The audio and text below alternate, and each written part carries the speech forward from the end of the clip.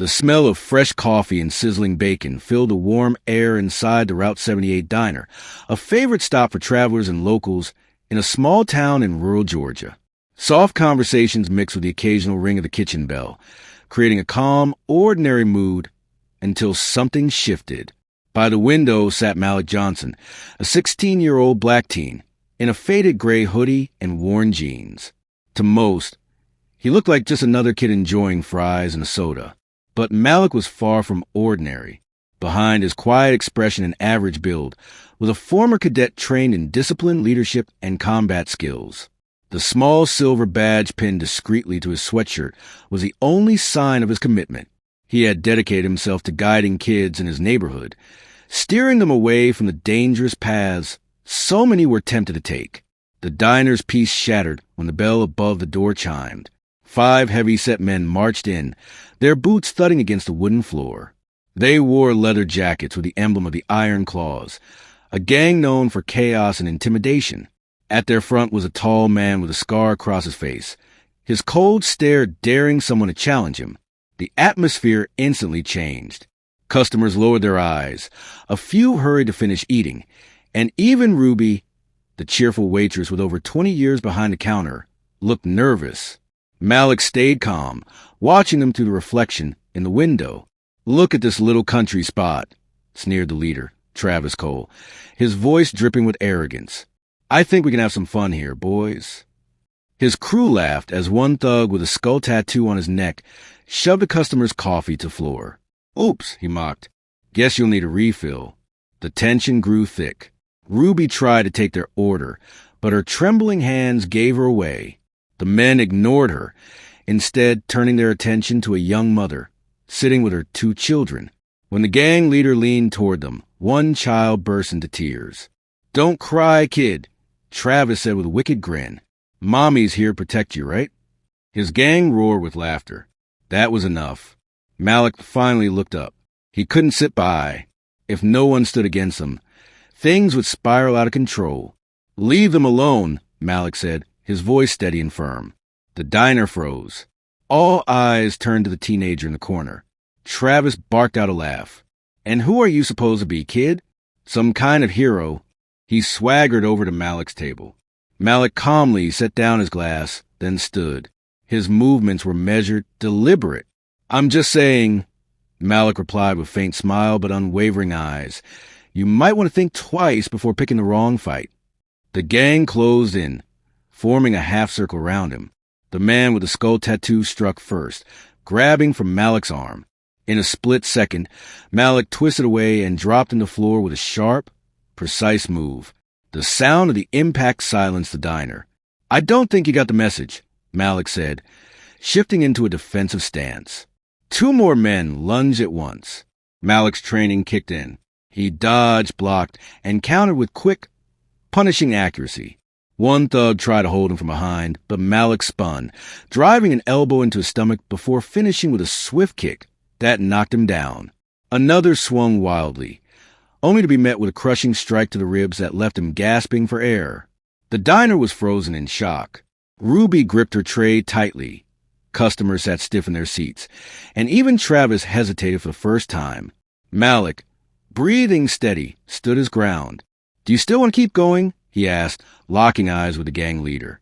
Travis froze for a moment, his face burning with anger and humiliation. But before he could respond, the wail of police sirens echoed in the distance. Heads turned toward the sound. Help was on the way. With a growl, Travis jabbed his finger at Malik. "This isn't over, kid. We'll be back for you. Only if you're foolish enough to try again," Malik answered with a calm smile. The gang leader cursed under his breath, then motioned for his men to leave. They stormed out, their boots pounding against the floor. As soon as the door closed, the diner erupted into applause. Relief spread across the room. Malik, however, simply returned to his table, lifted his soda, and finished drinking as if nothing had happened. Slowly, the restaurant went back to normal, but the weight of what had just occurred lingered. Customers approached Malik to thank him, praising his courage. Ruby, her hands no longer shaking, placed a slice of pie in front of him. "That's on the house, kid. You saved us today," she said warmly. Malik nodded in thanks, but didn't bask in the attention. Helping was simply who he was. After finishing his pie, he left the diner with his head held high, unaware that someone had captured the entire scene on their phone. By morning, Malik's world had changed. His phone buzzed nonstop with calls, texts, and notifications. The diner fight had gone viral, racking up thousands of views overnight.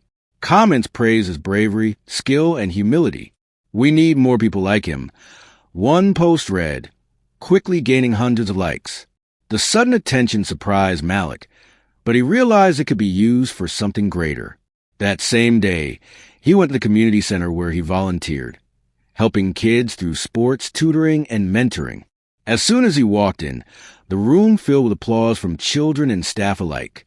"You're an inspiration to us all, Malik," said Mr. Henderson, the director. "This video showed the world the kind of leader you are." Malik blushed, but his smile quickly faded into determination. Fame didn't matter. What mattered was the danger that still loomed. The iron claws weren't gone, and Malik wanted to turn this moment into something bigger.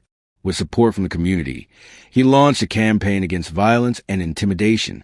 His newfound visibility drew donations and volunteers, allowing the center to expand mentoring programs for at-risk youth. People wanted to be part of the change Malik had sparked. Meanwhile, Travis Cole sat in an abandoned garage, watching the viral video on repeat. Rage boiled inside him, but so did something else. Something he hadn't felt in years. Regret. He remembered the boy he once was, before gangs, before violence. He remembered the dreams he'd buried. A week later, Travis showed up at the community center. He wasn't wearing his gang jacket, and he came alone. His face carried both shame and determination. Malik's eyes narrowed, ready for trouble. "I didn't come to fight," Travis said, raising his hands. "I just want to talk." Malik led him to a quiet corner. At first, Travis stumbled over his words. Then the floodgates opened. He spoke about how he got pulled into gang life, the violence, the trap he couldn't escape. Then, pulling a wrinkled photo from his pocket, he revealed a smiling 10-year-old boy. "My son, he deserves better than this." "I don't want him growing up like me," Travis admitted. Malik listened in silence. When Travis finally stopped, Malik put a hand on his shoulder. "Everyone deserves a second chance. If you're ready to change, I'll help you."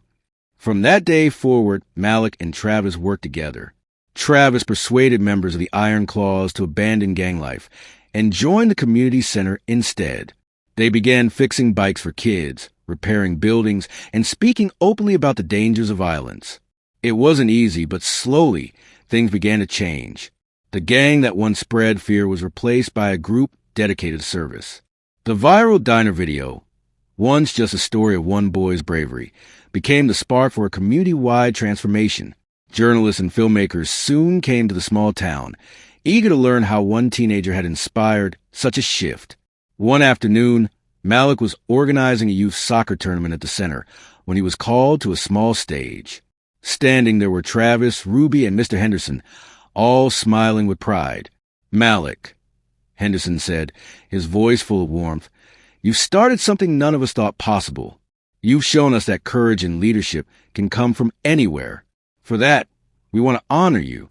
They handed him a plaque that read, "Leader of Hope."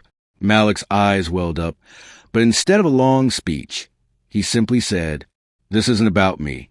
It's about all of us, what we can do when we work together." That evening, Malik walked through the city and saw children laughing, families filling the streets, and a community that felt alive again. He knew there was still work to do, but he also knew he had sparked something greater than himself. And now I ask you, do you believe small actions can create big changes? Share your thoughts in the comments, and don't forget to subscribe for more inspiring stories. Together, we can spread hope and courage. See you in the next video.